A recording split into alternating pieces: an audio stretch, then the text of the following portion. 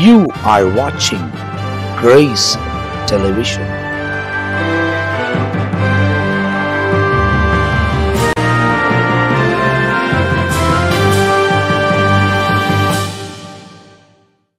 ஆண்டவரும் அருமை இரட்சகராக இயேசு கிறிஸ்துவின் நாமத்தினால் உங்கள் யாவருக்கும் என் அன்பின் வாழ்த்துக்களையும் ஸ்தோத்திரங்களையும் தெரிவித்துக் கொள்கிறேன். தேவனுடைய பெரிதான கிருபையால் சுவிசேஷம் என்ற இன்னொரு பகுதியில் உங்களை சந்திப்பதிலே நான் மிகுந்த மகிழ்ச்சி அடைகிறேன். வசனத்தை தியானிக்க நிறைய காரியங்களை கற்றுக்கொள்ளவும், அதே நேரத்தில் வசனத்தை நாங்களும் தொடர்ந்து வாசிப்பதை வாசிக்க தேவன் உதவி செய்கிறார். வசனம் எலும்புக்கு ஆரோக்கியமும் நரம்புக்கு ஆரோக்கியமாக இருக்கிறது என்பதை நாம் தெளிவாய் அறிந்து கொள்ள வேண்டும். அப்போ சுவிசேஷம் நமக்கு துல்லியமாய் போதிக்கப்படுகிறது. போன எபிசோடின் தொடர்ச்சியாக இந்த எபிசோடு உங்களுக்கு வழங்கப்படுகிறது. எனவே இதை பார்க்கிறவர்கள் போன எபிசோடை பாருங்கள். தொடர்ச்சியாய் வரக்கூடிய காரியங்களை நீங்கள் கவனித்து கற்றுக்கொள்ள முடியும். போன எபிசோட்ல மத்தேயு எழுதின சுவிசேஷம் 5ஆம் அதிகாரம் 21ஆம் வசனத்திலிருந்து 26ஆம் வசனம் வரை நாம் பார்த்திருக்கிறோம். ஆனால் இந்த பகுதியில் 27ஆம் வசனத்திலிருந்து 30ஆம் வசனம் வரை இந்த 4 வசனங்களை நாம் பார்க்க போகிறோம். இந்த 4 வசனத்தையும் நம்ம ரெவரண்ட் ஜான் பீட்டர் ஐயா அவர்கள் வாசிப்பார்கள். அதுக்கு பிறகு நாம் நிகழ்ச்சிக்குள்ள கடந்து போகிறோம். விபச்சாரம் செய்யாதிருப்பாயாக என்பது பூர்வத்தாருக்கு உரைக்கப்பட்டதென்று கேள்விப்பட்டிருக்கிறீர்கள். நான் உங்களுக்கு சொல்லுகிறேன், ஒரு ஸ்திரீயை இச்சையோடு பார்க்கிற எவனும் தன் இருதயத்தில் அவளோட விபச்சாரம் செய்தாயிற்று. உன் வலதுகண் உனக்கு இடறல் உண்டாக்கினால் அதை பிடுங்கி எரிந்து போடு. உன் சரீரம் முழுவதும் நரகத்தில் தள்ளப்படுவதை பார்க்கிலும் உன் அவயவங்களில் ஒன்று கெட்டுப்போவது உனக்கு நலமாயிருக்கும். உன் வலதுகை உனக்கு இடறல் உண்டாக்கினால் அதை தரித்து எரிந்து போடு. உன் சரீரம் முழுவதும் நரகத்தில் தள்ளப்படுவதை பார்க்கிலும் உன் அவயவங்களில் ஒன்று கெட்டுப்போவது உனக்கு நலமாயிருக்கும். அப்ப இந்த 4 வசனங்களை நாம் வாசிக்க கேட்டிருக்கிறோம். 4 வசனத்தில் உள்ள காரியங்களை ஆவியானவர் ஊழியர்கள் மூலியமாய் நம்மோடு கூட பகிர்ந்து கலந்து கொள்ள போகிறார். எனவே இந்த வசனங்களை துல்லியமாய் கவனிங்க. ரொம்ப முக்கியமான பகுதிகள், ரொம்ப கவனிக்க வேண்டிய பகுதிகள். முதலாவது நம் மத்தியில் ரெவரண்ட் ஜெயக்குமார் அவர்கள் பகிர்ந்து கொள்வார்கள். கர்த்தருடைய நாமம் மகிமைப்படுவதாக.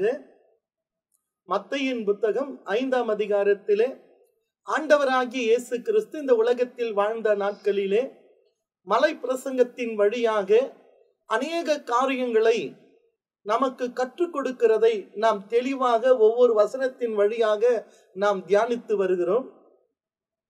அதில் 5ஆம் அதிகாரம் 27ஆம் வசனம் சொல்கிறது, விபச்சாரம் செய்யாது இருப்பாயாக. அதிலே 21ஆம் வசனத்தை பார்த்தோம், கொலை செய்யாது இருப்பாயாக. இவையெல்லாம் யாத்திராக புத்தகம் 20ஆம் அதிகாரத்தை நாம் வாசித்து பார்த்தால், தேவன் மோசையின் மூலமாக கற்பனையை கொடுக்கும் பொழுது கொலை செய்யாது இருப்பாயாக, விபச்சாரம் செய்யாது இருப்பாயாக என்று அநேக காரியங்களை குறித்து கற்றுக் கொடுக்கிறார்.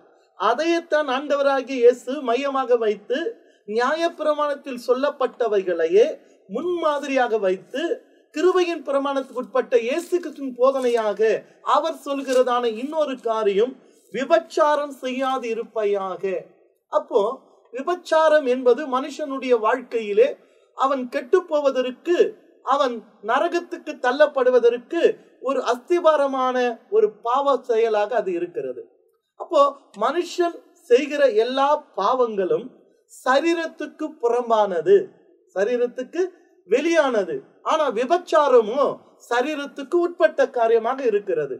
ஆகையாலே ஆண்டவராகிய இயேசு தெளிவாக சொல்றாரு, விபச்சாரம் செய்யாது இருப்பாயாக என்பது பூர்வத்தாருக்கு உரைக்கப்பட்டதென்று கேள்விப்பட்டு இருக்கிறீர்கள். அது எங்க சொன்னாரு?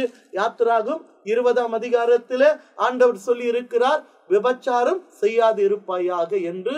பூர்வத்தாருக்கு என்று சொன்னால் அழைக்கப்பட்ட இஸ்ரவேல் ஜனங்களாகிய அந்த 12 கோத்திரத்துக்கு மோசையின் மூலமாக தேவன் சொன்ன காரியம். அதே ஆண்டவராகிய இயேசு பரிசுத்த வேதத்தை நாம் வாசித்து பார்க்கும் பொழுது, நீங்களோ தேவனுடைய ஆலயமாய் இருக்கிறீர்கள், தேவ ஆவியானவர் உங்களுக்குள்ளே வாசமாய் இருக்கிறார் என்று நீங்கள் அறியாமல் இருப்பது எப்படி? பாருங்க, நம்முடைய சரீரத்தை ஆண்டவர் தேவனுடைய ஆலயம் என்று ஒப்பிட்டு சொல்லுகிறார்.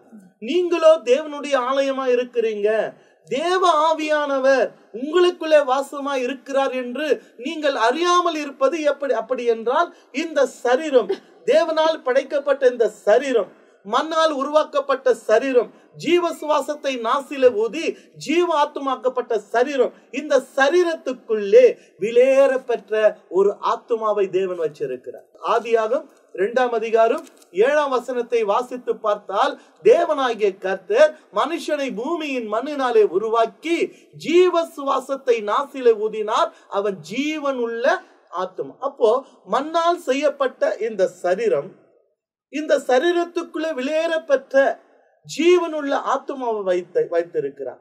இது ஒரு பெட்டகம். இந்த சரீரம் என்பது ஒரு பெட்டகம், ஆத்துமாவை வாழ்கிற ஒரு பெட்டகம். அப்போ இந்த சரீரத்துக்குள்ள இந்த ஆத்துமா இருக்குதுன்னா அதுக்கு விலையே கிடையாது. மனுஷன் உலகம் முழுவதையும் ஆதாயப்படுத்தினால், தன் ஆத்துமாவை நஷ்டப்படுத்தினால் அவனுக்கு லாபம் என்ன? அப்போ இந்த சரீரத்துக்குள்ளே விலையேற பெற்றதான ஒரு ஆத்துமா வாழ்கிறபடினாலே விபச்சாரம் என்பது இந்த சரீரத்துக்கு உட்பட்டது, சரீரத்துக்கு வெளியே அல்ல. அப்படி என்றால் உள்ளே இருக்கிற விலையப்பட்ட ஆத்துமா இந்த சரீரம் செய்கிற தவறு நிமித்தமாய் பாதிப்பு யாருக்கு தெரியுமா? ஆத்துமாவுக்கு தான். உதாரண வேடிக்கையாக சொல்லுவாங்க, நீ பேசி பாரு பல்ல உடைக்கிற. அப்ப பேசுறது யாரு? நாக்கு. உத வாங்குறது யாரு? அது போல பேசி பாரு பல்ல உடைக்கிறார். இந்த நாக்கு பேசி பேசி உள்ள போய் உட்காந்துக்குது, வெளியே இருக்கிற பல்லு அடி வாங்குற மாதிரி இந்த சரீரம் செய்கிற பாவத்துக்கு தண்டனை பெறுவது யார் தெரியுங்களா? உள்ளே வெளியேற பெற்றிருக்கிற ஆத்துமா. மனுஷன் செத்துட்டா என்ன வரா? இந்த மண்ணால் இருக்க சரீரம் மண்ணோடு மண்ண புதைக்கப்படுகிறது. இந்த ஆத்துமா தந்தை தேவனிடத்துக்கு போகணும். ஆனால் இந்த சரீரம் செய்கிற தவறு நிமித்தமாக, செய்கிற பாவத்தின் நிமித்தமாக ஒரு நாளில், நியாய தீர்ப்பு நாளிலே சரீரத்தோடு சேர்ந்த ஆத்துமாவும் நரகத்தில் தள்ளப்படுகிறது. ஆகையால் தான் ஆண்டவர் தெளிவாக மோசையின் மூலமாய் சொல்லும் பொழுது, விபச்சாரம் செய்யாது இருப்பாயாக. அப்போ இந்த இடத்துல இயேசு கிறிஸ்துவும் அதான் சொல்றாரு, அதை மையமாக வச்சு சொல்றாரு, விபச்சாரம் செய்யாது இருப்பாயாக என்பது பூர்வத்தாருக்கு உரைக்கப்பட்டது. பூர்வத்தார்னா யாரு? நியாயப்பிரமாணத்துக்கு உட்பட்டவர்கள். 2ஆம் வசனம் 28 சொல்லுது, நான் உங்களுக்கு சொல்லுகிறேன். நான் யாரு? கிருபையின் பிரமாணம். அப்ப புரிந்து கொள்வதற்காக நான் உங்களுக்கு சொல்கிறேன். இயேசு சொல்கிறார், நான் உங்களுக்கு சொல்கிறேன், ஒரு ஸ்திரீயை இச்சையோடு பார்க்கிறவன் எவனும் தன் இருதயத்தில் அவளோடு கூட விபச்சாரம் செய்து ஆயிற்று. அப்போ நான் உங்களுக்கு சொல்லுகிறேன், ஒரு ஸ்திரீயை பார்ப்பது தவறு என்று வேதம் சொல்லல. ஒரு ஸ்திரீயை பார்ப்பது தவறு என்று சொல்ல, பார்க்காமல் இருக்க முடியாது. பார்ப்பது ஒரு நாளும் வேதம் தேவன் தவறு என்று சொல்லல. ஆனா இச்சையோடு பார்ப்பது தான் தவறு. பார்க்கலன்னா கண்ணு முடிக்கனா எங்கன்னா போய் மோதிடுவோம். பார்க்கணும். ஒரு பெண்ணை சகோதரியோடு கூட அந்த உள்ளத்தோடு நம்ம பார்க்கணும். உள்ளத்தோடு தான் பார்க்கணும். பார்க்க கூடாது என்று வேதம் சொல்லல, இச்சையோடு பார்ப்பது. ஏன்னா முதல் பாவம் உலகத்தில் வந்ததுக்கு இச்சை தான். அந்த கனி பார்ப்பதற்கு இச்சைக்கப்படத்தக்கதாக இருந்தது. கனி கனி கனி கனி கனி அந்த கனியை பார்த்தது கண்ணு கண்ணு கண்ணு. அப்ப பார்ப்பதுக்கு எப்படி இருந்துச்சா? இச்சைக்கப்படத்தக்க. வேதத்துல பார்க்கிறோம், அந்த இச்சையினால விழுந்து போனவர்கள் அநேகர் உண்டு. இச்சையினால விழுந்து போனவர்கள். ஆகையால் தான் ஆண்டவர் கிருபையின் பிரமாணம் இயேசு போதிக்கிறார், நான் உங்களுக்கு சொல்லுகிறேன், ஒரு ஸ்திரீயை, ஒரு பெண்ணை இச்சையோடு பார்க்கிற எவனும், அப்படி என்றால் பார்க்கிற எவனும் அல்ல, இச்சையோடு பார்க்கிறவன், தன் உள்ளத்திலே பாவ இச்சையோடு பாவ உள்ளத்தோடு பார்க்கிறவன் எப்படிப்பட்டவனா? தன் இருதயத்திலே அவளோடு கூட விபச்சாரம் செய்தாயிற்று. அது இருதயத்தின் விபச்சாரம். அது சரீரத்தின் விபச்சாரம் என்றால் இச்சையோடு பார்ப்பது இருதயத்தினுடைய விபச்சாரம். அப்படின்னா என்ன அர்த்தம்? இந்த சரீரம், ஆவி, ஆத்துமா கரைப்படுவதற்கு ஏதுவா இருக்கிற எந்த காரியத்தையுமே இச்சையோடு நீர் பார்க்காத. தெளிவா சொல்றாரு. அடுத்தது 29, 20, 30 பார்க்கும் பொழுது, உன் வலது கண் உனக்கு இடர்கள் உண்டாக்கினால். இந்த இச்சையை பண்றதுக்கு உன் கண் இடர்ல உண்டா? கண் இந்த இடத்த கண்ணு சொல்ல. ஏன்னா கண் என்பது சரீரத்தினுடைய வெளிச்சமா இருக்கிறது. சரீரத்துக்கு என்ன இருக்குது? விளக்கா இருக்கு. கண்ணாக சரீரத்தினுடைய விளக்கு. விளக்குன்னா வெளிச்சத்தை தரக்கூடிய தன்மை. ஆனா சரீரத்துக்கே வெளிச்சம் தருகிற தன்மை எதுன்னா இந்த கண். அப்ப இந்த கண் எவ்வளவு முக்கியமா பார்க்கணும். அப்ப கண்ணானது உனக்கு இடர்லை உண்டாக்கினால், வெளிச்சமா இருக்க வேண்டிய கண் உனக்கு இடர்லை உண்டாக்குற சில வேலையில் என்ன ஆகுது, நாம் பார்க்கிற பார்வை இடர்லை. என்ன இருந்தாலும் இப்படி பாக்குறாரு சொல்லுகிறதானே இருக்கிறது. ஆனா இடர்லை உண்டாக்கினால் அதை பிடுங்கி போடு. அதுன்னு அர்த்தம்னா கத்தி எடுத்து நோண்டி போடுன்னு அர்த்தம் அல்ல. ஆண்டவர் அந்த அர்த்தத்தை புரிஞ்சுக்கணும். பிடுங்கி போடு, உன் சரீரம் முழுவதையும் நரகத்திலே தள்ளப்படுவதை பார்க்கிலும். அப்ப இந்த கண் இடலை உண்டாக்குறதுனால என்ன தண்டனை வருதுன்னா, சரீரம் முழுவதும் எங்க போயிடுது, நரகத்துக்கு போகுது. அப்படி போவதை பார்க்கிலும் உன் அவயங்களில் ஒன்று கெட்டு போவது உனக்கு நலமாய் இருக்கும். அதோட அர்த்தம் என்னன்னா, இந்த கண் செய்யற பாவத்தினால சரீரம் முழுவதும் நரகத்திலே தள்ளப்படுவதை பார்க்கலும். கண் இல்ல கூட பரவாயில்ல, நான் உன்னை பரலோகத்தை ஏத்துக்கிறேன். ஆனா கண் செய்யற பாவத்தினால உன் சரீரம் முழுவதும் எங்க போயிடும், நரகத்துக்கு. அதனால அது பிடுங்கி போடு. அப்படின்னா உனக்கு கண்ணை விட எது முக்கியம்னா பரலோகம் முக்கியம். அப்ப ரெண்டாவது சொல்றாரு, உன் வலது கை சொல்றாரு, உன் வலது கை உனக்கு இடர்லை உண்டாக்குற காரியம். அப்ப நம்முடைய சரீரம் உச்சந்தலை முதல் உள்ளங்கால் வரை ஒவ்வொரு உறுப்புகளும் நமக்கு இடர்லை உண்டாக்குகிற காரியம். உன் வீட்டாரே உன் சத்துருன்றாங்களா, இந்த சரீரம் என்ன வீட்டாரே நமக்கு சத்துருவா இருக்கும் அநேக வேலையில. இந்த கண் பார்க்கிற பார்வை, இந்த கை செய்கிற காரியம், கால் செய்கிற காரியம், இது இருதயம் செய்கிற காரியம் எல்லாமே நமக்கு எப்படி இருக்குது, இடர்லை உண்டாக்குது. அப்படின்னா ஒரு உறுப்பு உனக்கு இடர்லை உண்டாக்குற காரியம், அதனால அந்த சரீரம் முழுவதும் நரகத்துக்கு போதுனா அதை நீ தரித்து போடு. ஏன்னா இது செய்யற தப்புனால முழு சரீரமே நரகத்துக்கு போகும். அதனால போடு, தப்பு இல்லை. கை இல்லைன்னா பரவாயில்ல, அதுக்காக வெட்டி போடுனால அர்த்தம் அல்ல. இந்த கையை விட பரலோகம் ரொம்ப முக்கியம். அப்போ இந்த காரியங்களை நாம் பார்த்துட்டு வர இந்த வசனத்துல ரொம்ப துல்லியமாய் சில காரியங்கள் எல்லாம் பேசப்பட்டிருக்கிறது. இந்த 4 வசனங்களில் ரொம்ப அழகா சில காரியங்களை நம் மத்தியில ரெவரண்ட் ஜெயக்குமார் அவர்கள் பகிர்ந்து கொண்டார்கள். இதுக்கு கூடுதலாக நம் மத்தியில ரெவரண்ட் ஜான் பீட்டரை அவர்கள் நம்மோடு கூட பேச போகிறார். 4 வசனத்தையும் 4 பேர் மாறி மாறி பேசிதான் ஆக வேண்டும்.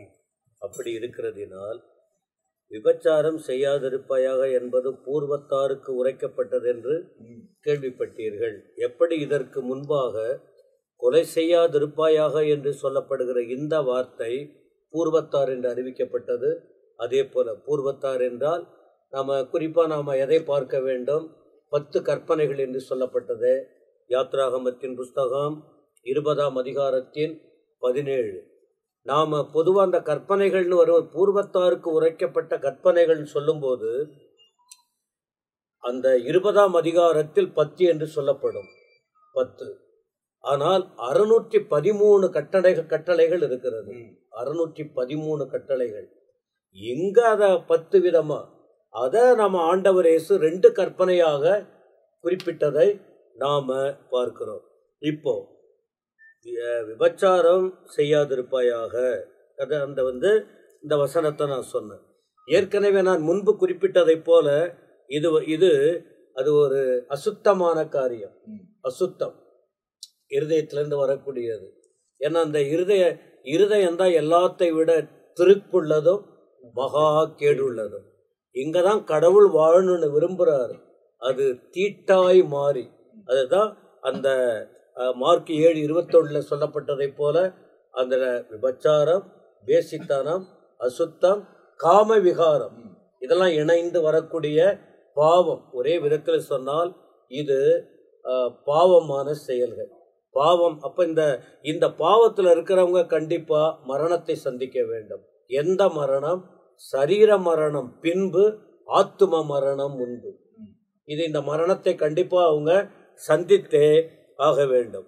கலாத்தியர் 5:19 கூட நாம பார்க்கும்போது ஏற்கனவே குறிப்பிட்ட வார்த்தை இன்னொன்று அதுல விபச்சாரம் அதை குறித்து சொல்லப்பட்டிருக்கு. இது மாம்சத்தின் கிரியை. அப்போ ஒரு மனுஷன் யாருக்கு ரொம்ப அதிகமான இந்த பாவ இச்சைகள் எல்லாம் தூண்டுன்னா அதிகமா கறி சாப்பிடுறாங்க பாருங்க. ஆண்டவர் இயற்கையாகவே படைத்த படைப்பில் அதனுடைய காரியம். அதான் நான் ஒரு வார்த்தை சொல்லுவேன், குருவி மேலே பறப்பது பாவம் அல்ல, அது தலை மேல கூடு கட்ட விடுவது கஷ்டமானது. அப்ப நம்ம ஆண்டவர் சரீரத்தை உண்டாக்கினார், பரிசுத்தமானதுதான். இது கூட எப்ப இந்த பிரச்சனையே வந்ததுன்னா கர்த்தருடைய வார்த்தையை மீறின பிறகுதான். ஆதாம் ஏவாள் தேவனுடைய பிரமாணத்தை எப்ப மீறினாங்க அப்பதான் இந்த பாடுகள் ஸ்டார்ட் ஆச்சு. இன்னிய வரைக்கும் அது வந்துகிட்டு இருக்கிறது. அதை கொஞ்சம் உஷாரா பார்த்துக்கிட்டு தங்களை காத்துக்கொள்றவங்க நம்ம பாவம் செய்யாம இருக்க முடியும். ஆனா இது யாரு பாவம் செய்யறாங்க, யாரு பாவம் செய்யலன்னு நீங்க சொல்ல முடியாது. என்ன விஷயம், அவரவர்கள், அது விசுவாசியா இருக்கட்டும், ஊழியர்களா இருக்கட்டும், ஆண்களா இருக்கட்டும், பெண்களா இருக்கட்டும், தங்கள் கற்பைன்னு சொல்லுவாங்க, தங்கள் வாழ்க்கையை காத்துக்கொள்ள வேண்டும். எப்படி காத்துக்கொள்ள முடியும் என்பதற்கு வேத போதனை இருக்கு. எப்படியெல்லாம் இருந்தால் நம்ம வாழ்க்கையை காத்துக்கொள்ள முடியும் என்பது. என்ன விஷயம் தெரியுங்களா, ஆண்டவர் மேல அன்பு இருந்தால், ஆண்டவர் மேல நான் ஒரு பாவி, இந்த பாவிக்காக என் இயேசு கொடுத்த ஜீவன், அவருடைய அந்த அன்பை நினைக்க ஆரம்பித்தால் நாம மற்றது மேல வெறுப்பு வரும். 1 யோவான் 2ஆம் அதிகாரத்துல 15-16 வசனங்களை படித்து பார்த்தால் அங்க நீங்க பார்க்க முடியும். என்ன தெரியுமா, ஆண்டவர் மேல அன்பா இருக்க வேண்டும், தேவனிடத்தில் அன்பா இருக்கிறவன் அப்படின்னு சொல்லி இருக்கு. அப்ப அந்த அன்பா இருந்தா கீழே அடுத்த வசனம் சொல்லுது, அன்பா இல்லைன்னா கண்களின் இச்சை, மாம்சத்தின் இச்சை, ஜீவனத்தின் பெருமை இச்சை, அந்த இச்சையின் உணர்வு வந்து விடுகிறது. இது சரீரத்துல இருந்தாலும் அது ஆண்டவர் மேல அன்பு அதிகமாகும் போது தன்னை கட்டுப்படுத்தி கொள்ள முடியும், கட்டுப்படுத்தி கொள்ள வேண்டும். எனவே இந்த விபச்சாரம் அப்படின்னு வரும்போது சரி, இதுல கட்டுப்பாடு இல்லாம, ஆண்டவர் மேல அன்பு இல்லாம ஒரு மனுஷன் இருந்தால் முடிவு என்ன தெரியுமா, இங்க சொல்லி இருக்கு. ஆனா அவங்களுக்கு அந்த நரகம்தான். ஏன்னா வெளிப்படுத்தின விசேஷம் 21ஆம் அதிகாரத்தின் 8ஆம் வசனத்தை இது கண்டிப்பா நான் படிக்கணும்னு ஆசைப்படுகிறேன். நரகத்துக்கு போறவங்க யாரு அப்படின்னு ஒரு குறிப்பை ஆண்டவர் எழுதி வைத்திருக்கிறார். இதுல அந்த ஒரு காரியத்தை மட்டும் நான் சுட்டி காட்ட விரும்பவில்லை. இதை கவனிக்கிற தேவ பிள்ளைகள் இதை புரிந்து கொண்டால் நலமா இருக்கும்னு நினைக்கிறேன். வெளிப்படுத்தல் 21:8, பயப்படுகிறவர்களும் பயம், அவிசுவாசிகளும், ஆண்டவர் மேல் நம்பிக்கை இல்லாதவங்க, அருவருப்பானவர்களும், அருவருப்பான பேச்சு, அருவருப்பான செயல்களில் ஈடுபடுறவங்க, கொலைபாதகர், அடுத்து விபச்சாரக்காரர், சூரியக்காரர், விக்கிரக ஆராதனைக்காரரும், பொய்யர் அனைவரும் 2ஆம் மரணமாகிய அக்கினியும் கந்தகமும் எரிகிற கடலிலே பங்கடைவார்கள். ஏன் இந்த போதனை? கோபம் வேண்டாம், கொலை வேண்டாம், விபச்சாரம் வேண்டாம் என்று நாம் வலியுறுத்தி சொல்லுகிற காரியம் என்ன? இந்த நரகத்திலிருந்து தப்புவிக்கப்படுவதற்கு ஆண்டவர் இயேசு தன் ஜீவனை கொடுத்திருக்கிறார். இந்த ஆண்டவர் மேல் நம்பிக்கை வைத்து அவர் மேல் அன்பு கூர்ந்து பாவம் செய்கிற உலகமாய் இருந்தாலும் பாவத்துக்கு தப்புவிக்கும்படி அவருடைய வார்த்தையும் அவருடைய அபிஷேகமும் அவருடைய வசனங்களும் நமக்கு கொடுக்கப்பட்டிருக்கிறது. இதிலே இணைந்து நிறைந்து தெய்வத்தோடு இருக்கும்போது, ஏன்னா எல்லாவற்றையும் ஜெயித்தவர் அவர், அவரை நம்பி இருக்கும்போது அவர் நமக்குள்ளே வருகிறார். நாமும் இந்த உலகத்தில் ஜெயித்து வாழ முடியும். நரகத்துக்கு போகாம இருக்கணும்னா அவரை பின்பற்றணும். அப்ப நரகத்துக்கு போகிறவர்கள் இந்த இப்படிப்பட்ட பாவ செயல்களில் சிக்கி தவிக்க முடியும். அதற்கு எச்சரிப்பாக பரலோகத்துக்கு போவதற்காக தான் இப்படிப்பட்ட வார்த்தைகள். கேட்போம், கீழ்ப்படிவோம், அர்ப்பணிப்போம், ஆயத்தப்படுவோம், ஆண்டுடைய வருகையில் காணப்படுவோம். அப்போ இந்த வார்த்தையில் உள்ள சில காரியங்களை நாம் தியானிச்சுட்டு வரோம். ரொம்ப அழகா ஒவ்வொருவரும் தேவனுடைய வசனத்தை அவர்கள் விவரித்து வருகிறார்கள். ஆவியானவர் நம்மோடு கூட வெளிப்பட்டு கொண்டிருக்கிறார். இந்த நேரத்தில் மத்தியில் ரெவரண்ட் மெல்கிசேதக் அவர்கள், ஆவியானவர் அவர் மூலியமா நம்மோடு கூட இடைப்பட போகிறார். பிரியமானவர்களே, தொடர்ச்சியாக நாம் விபச்சாரம் என்றால் என்ன, எப்படி மனுஷனுடைய இருதயத்தில விபச்சார எண்ணங்களும் பாவங்களும் பிரவேசித்து குடும்ப உறவை, தேவன் ஏற்படுத்தின உறவை பிரித்து போடுகிறன என்பதை குறித்து நாம் தியானித்து வருகிறோம். கண்களின் இச்சை, ஜீவனத்தின் பெருமை என்று சொல்லி அநேக காரியங்களை வேதத்துல நாம் பார்க்கிறோம். ஒரு மனிதன் பாவம் செய்வதற்கு மிகவும் தூண்டுதலா இருப்பது கண்களின் இச்சை. கண்களினாலே ஒரு ஸ்திரியை பாவத்தோடு, பாவ எண்ணத்தோடு, இச்சையோடு பார்க்கிறவன் அவளோடு விபச்சாரம் செய்தாயிற்று என்று வசனம் சொல்லுகிறது. விபச்சாரம் என்றால் என்ன? தன் ஒருவன் ஒருத்தி திருமணம் ஆன பின்பு அவர்கள் திருமண உறவிலிருந்து வேறு ஒருவனோடு அல்லது வேறு ஒருத்தியோடு கூட உறவு வைப்பு கொண்டவர்கள் என்றால் அது விபச்சாரம். வேசித்தனம் என்பது திருமணத்துக்கு முன்பதாக மற்றவர்களோடு உறவை வைத்துக் கொள்ளுகிறது, உடல் உறவை வைத்துக் கொள்வது, பாவத்தோடு கூட சம்பந்தப்படும், இது வேசித்தனம். இன்னைக்கு பாருங்க, ஆண்டவர் இதை வெறுக்கிறார். ஆண்டவர் மிகவும் இதை வெறுக்கிறார். ஒரு பெண்ணை நம்ம திருமணம் செய்யும் பொழுது 31ஆம் வசனம் 32ஆம் வசனங்களிலே நாம் பார்க்கும்போது, தன் மனைவியை தள்ளிவிடுகிற எவனும் தள்ளுச்சீட்டை அவளுக்கு கொடுக்க கடவன் என்று உரைக்கப்பட்டது. பழைய ஏற்பாட்டுல நம்ம பார்த்தோன்னு சொன்னா, உபாகமம் புஸ்தகத்துல 24ஆம் அதிகாரத்துல 1ஆம் வசனத்துல ஆண்டவர் இந்த பிரமாணத்தை கொடுத்தார். ஒருவன் ஒரு ஸ்திரியை விவாகம் பண்ணி கொண்ட பின்பு அவளிடத்தில் லட்சையான காரியத்தை கண்டு அவள் மேல் பிரியமற்றவனானால் அவன் தள்ளுச்சீட்டை எழுதி அவள் கையிலே கொடுத்து அவளை தன் வீட்டிலிருந்து அனுப்பிவிடலாம். அப்படி போனவள் வேறொருவனுக்கு வாழ்க்கைப்பட்டு அவன் ஒருவேளை இவளிடத்தில் லட்சையான காரியங்களை பார்த்து அவளிடத்துல தள்ளுச்சீட்டை கொடுத்து அவளை அனுப்பிவிட்டு பிற்ப அவன் மரிப்பான் என்றால் இவன் போய் புருஷன்கிட்டயும் போய் சேர்ந்து கொள்ளக்கூடாது. அது அவனுக்கு பாவம். இவள் தீட்டுப்பட்ட ஸ்திரீ, புருஷனிடத்திலே போகக்கூடாது. அது ஆண்டவர் வெறுக்கிறார். விபச்சாரத்தின் நிமித்தம் ஒழிய மற்ற எந்த ஒரு காரியத்திலேயும் ஆண்டவர் தள்ளுச்சீட்ட பைபிள்ல அனுமதிக்கவே இல்லை. அதாவது பாவத்தை, அதாவது விபச்சாரத்துக்கு ஏதுவான பாவத்தை கண்டுபிடிச்சால் ஒழிய, வேசித்தனத்துக்கான பாவத்தை கண்டுபிடிச்சால் ஒழிய தள்ளுச்சீட்டை கொடுக்க கூடாது. மற்றபடி மன்னித்து சில நேரங்களில் ஏற்றுக்கொள்ளலாம். இதான் நமக்கு மன்னிக்கிறது போல நாமும் மன்னிக்கலாம் என்று சொல்லி லூக்கா 6ஆம் அதிகாரத்துல கூட மன்னிப்பை குறித்து வேதம் சொல்லுகிறது. அப்போ இந்த இடத்துல ஆண்டவர் மிக தெளிவாக சொல்லுகிறார். 32ஆம் வசனத்துல நம்ம பார்க்கும் பொழுது, நான் உங்களுக்கு சொல்லுகிறேன், வேசிதன முகாந்திரத்தின் நாள் ஒழிய தன் மனைவியை தள்ளிவிடுகிறவன் அவளை விபச்சாரம் செய்ய பண்ணுகிறவனா இருப்பான். அப்படி தள்ளிவிட்டவளை விவாகம் பண்ணுகிறவனும் விபச்சாரம் செய்கிறவனா இருப்பான்.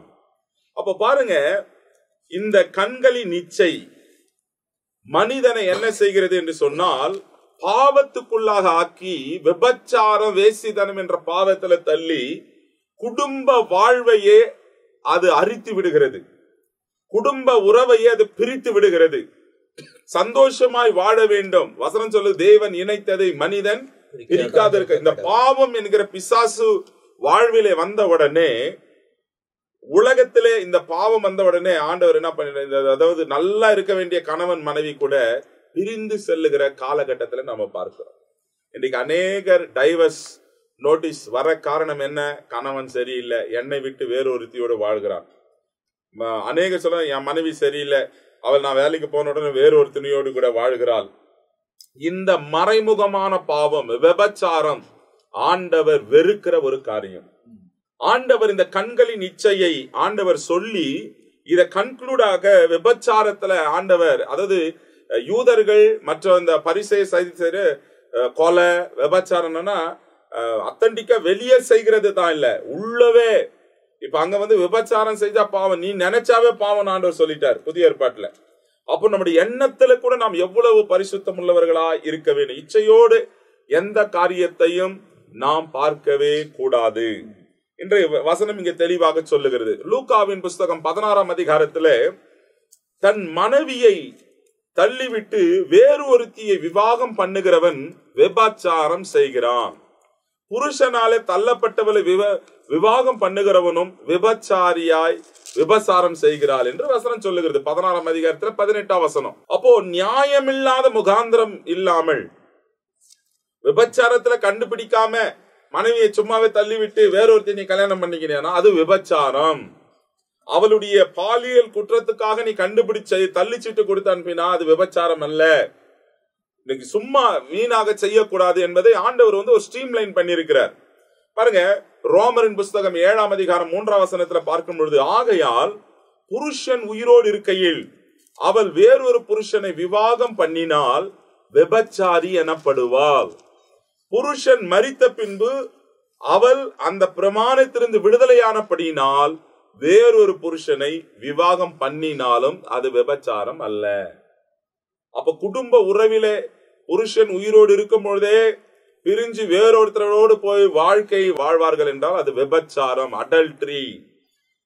தேவன் கணவன் மனைவியை தான் வைத்தார், கணவனுக்கென்று மனைவியை, மனைவிக்கென்று கணவனை, குடும்ப உறவை, ஒரு பரிசுத்தமான ஒரு வாழ்க்கை வாழ வேண்டும் என்றுதான் ஆண்டவர் தமது பிள்ளைகளை முன்குறித்திருக்கிறார். இதே 7ஆம் அதிகாரத்துல 1 கொரிந்தியர் 7ஆம் அதிகாரத்துல 10-11 வசனம் இவ்விதமாய் சொல்கிறது பாருங்க. விவாகம் பண்ணி கொண்டவர்களுக்கு நான் அல்ல, கர்த்தரே கட்டளையிட்டு இருக்கிறதாவது, மனைவியானவள் தன் புருஷனை விட்டு பிரிந்து போகக்கூடாது. பிரிந்து போனால் அவள் விவாகம் இல்லாதிருக்க கடவள், அல்லது புருஷனோடு ஒப்புரவாக கடவள். புருஷனும் தன் மனைவியை தள்ளிவிட கூடாது. முகாந்திரம் இல்லாமல், பாவ குற்ற செயல் இல்லாமல் ஒருவேளை பிரிஞ்சு போயினாங்கன்னா மறுபடியும் அவங்க கூடி வாழலாம். இல்ல பிரிஞ்சு போனா திருமணம் செய்யாம இருக்க வேண்டும். அப்படி திருமணம் வேற ஒரு உறவுல ஈடுபட்டார்னா அது விபச்சாரம். ஆண்டவர் இங்கே ஒழுங்குபடுத்துகிறார். அப்ப பாருங்க, மல்கியாவின் புஸ்தகத்துல 2ஆம் அதிகாரத்துல 14 நம்ம வாசிக்கப்படும் பொழுது ஆண்டவர் சொல்லுகிற, உன் இள வயதின் மனைவிக்கும் உன் தோழிக்கும் உன் உடன்படிக்கையின் மனைவியுமாகி அவளுக்கு நீ துரோகம் பண்ணினாயே. உடன்படிக்கையின் மனைவி, அவர் ஒருவனை அல்லவா படைச்சார், ஆவி அவனிடத்தில் பரிபூர்ணமா இருந்தது, பின்ன ஏன் மற்றவனை படைத்தார்? தேவ பக்தி உள்ள சந்ததியை பெரும்படித்தானே. ஆகையால் ஒருவனும் தன் இளவயதின் மனைவிக்கு துரோகம் பண்ணாதபடிக்கு உங்கள் ஆவியை குறித்து எச்சரிக்கையாயிருங்கள். ஆண்டவர் சொல்றார் பாருங்க, தள்ளி விடுதலை நான் வெறுக்கிறேன். அப்போ தள்ளி விடுகிற காரியம் எதிர வருதுன்னா விபச்சாரம் இருக்குது. விபச்சாரத்தை நான் வெறுக்கிறேன்னு ஆண்டவர் சொல்றார். இப்போ மற்ற தேசத்துல எல்லாம் பாத்தீங்கன்னா இன்னைக்கு கல்யாணம் நாளைக்கு டைவர்ஸ், இன்னைக்கு கல்யாணம் 1 மாதம் 2 மாதம் இல்ல 1 வருஷம் உடனே பிரிஞ்சு போயிடுறாங்க, வேற ஒருத்தனோட அவங்க திருமணம் செஞ்சு கொள்ளுகிறாங்க. இவங்க வேற, இது பாவத்தினுடைய உல்லாசமாகவும் உச்சகட்டமாகவும் இது காணப்படுகிறது. இப்பேற்பட்ட பாவங்கள் தான் சோதம் குமரா பட்டணத்திலே காணப்பட்டது. இன்னைக்கு இதிலிருந்து நான் விடுதலை பெறணும்னு சொன்னா நம்முடைய கண்களை இச்சையான காரியங்களுக்கு நீங்களாக்கி பரிசுத்தமாய் தேவன் கையில நாம் ஒப்பு கொடுத்து தேவன் நமக்கு கொடுத்திருக்கிற குடும்ப வாழ்விலே திருப்தியோடு கூட வாழ்வோம் என்றால் நிச்சயமாய் நித்திய ராஜ்யத்துக்குள்ளே நாம் பிரவேசிப்போம். அப்போ இந்த இடத்துல இந்த வசனத்தை நாம் தியானித்துக் கொண்டு வரும்போது 31ஆம் வசனமும் 32ஆம் வசனமும் கூட சேர்க்கப்பட்டிருக்கிறது. காரணம், அதனுடைய பூரணமாய் அது பார்க்கப்படுகிறது. இந்த பகுதியின் பூரணமாய் பார்க்கப்படுகிறது. எனவே நாம் ஆரம்பத்தில் 27-30 வைக்க தான் வாசித்தோம்.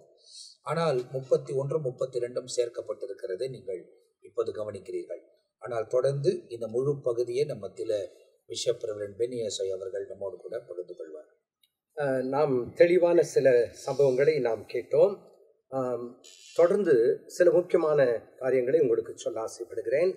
22வது வசனத்தை பாருங்களேன். 5ஆவது அதிகாரம் 22வது வசனம், நான் உங்களுக்கு சொல்லுகிறேன் அப்படின்ற வார்த்தைக்கு முன்னாடி நீங்க பார்த்தா பூர்வத்தாருக்கு உரைக்கப்பட்டது என்று கேள்விப்பட்டு இருக்கிறீர்களே.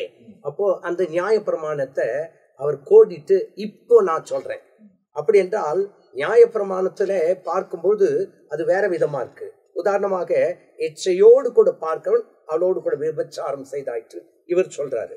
ஆனா இப்படி பார்க்கும்போது அடுத்த இன்னொரு இந்த அதிகாரத்துல நான் உங்களுக்கு சொல்லுகிறேன், நான் உங்களுக்கு சொல்லுகிறேன் என்ற வார்த்தைக்கு முன்னாடி வேற சில சம்பவங்கள். ஒன்று 22வது வசனத்துக்கு முன்னாடி கேள்விப்பட்டீர்களே அப்படின்றாரு. அடுத்தபடியாக 27வது வசனத்தை பாருங்களேன்.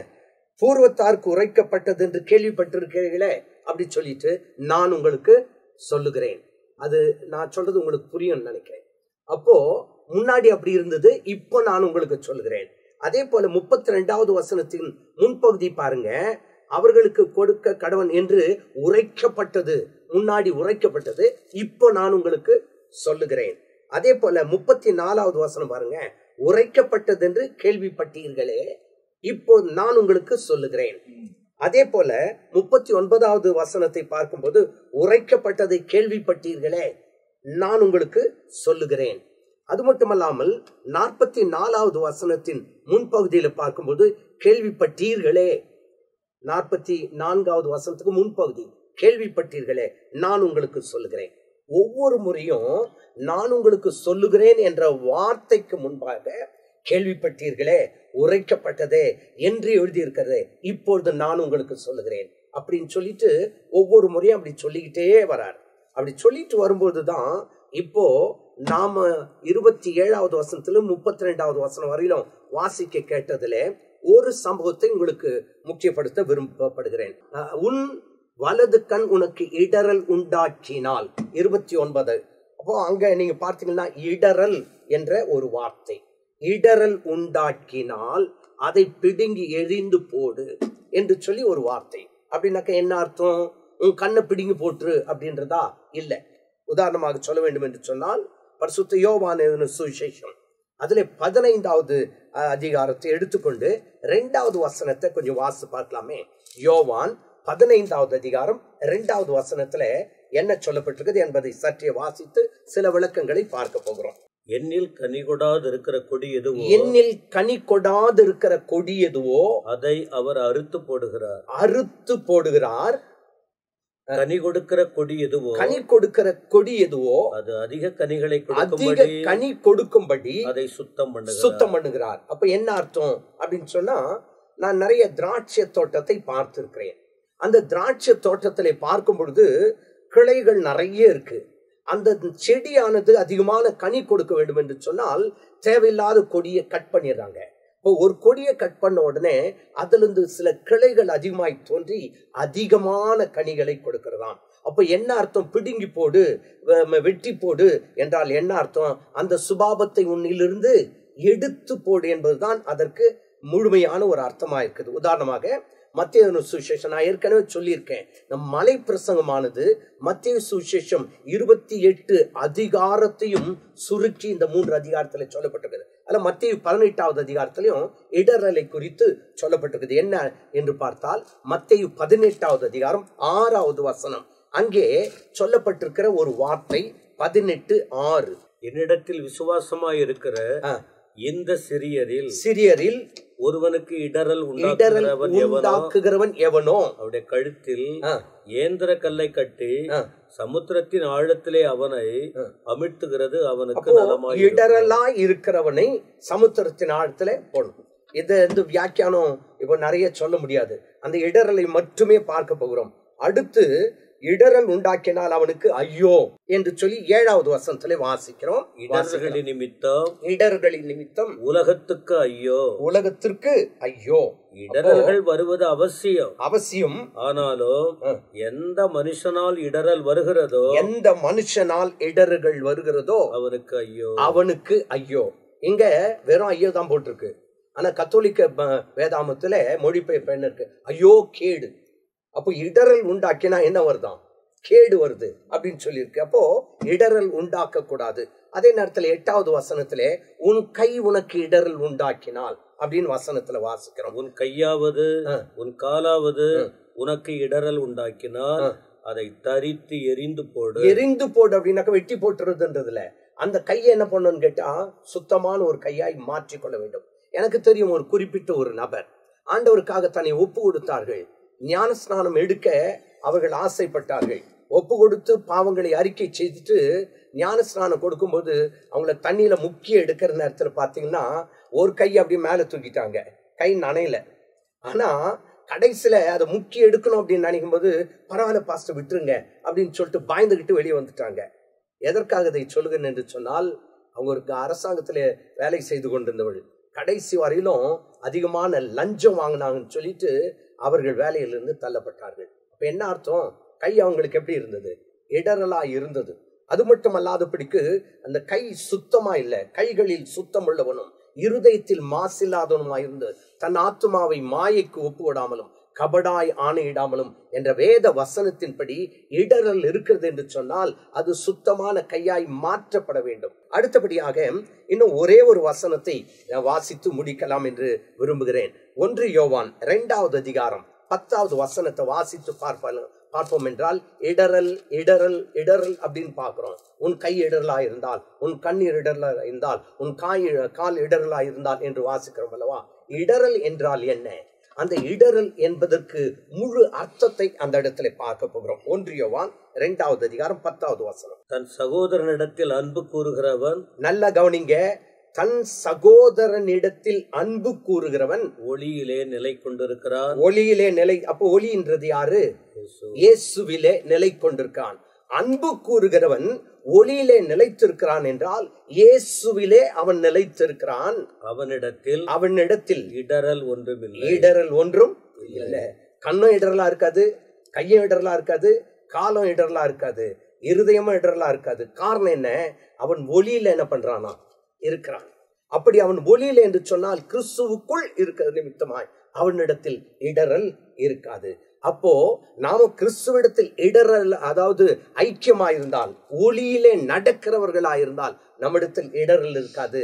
அப்போ நாம என்ன செய்யலாம்? அந்த நித்திய ஜீவனுக்குள்ளே பிரவேசிக்கலாம். கர்த்தர் தாமே நம்மை ஆஸ்வதிப்பாராக. அப்ப இந்த வசனத்தின் காரியங்களை நாம் இந்த பகுதிக்கு 32ஆம் வசனம் வரை, மத்தேயு எழுதின சுவிசேஷம் 5ஆம் அதிகாரம் 27 32ஆம் வசனம் வரை துல்லியமாய் இந்த பகுதியில் உங்களுக்கு போதிக்கப்பட்டிருக்கிறது.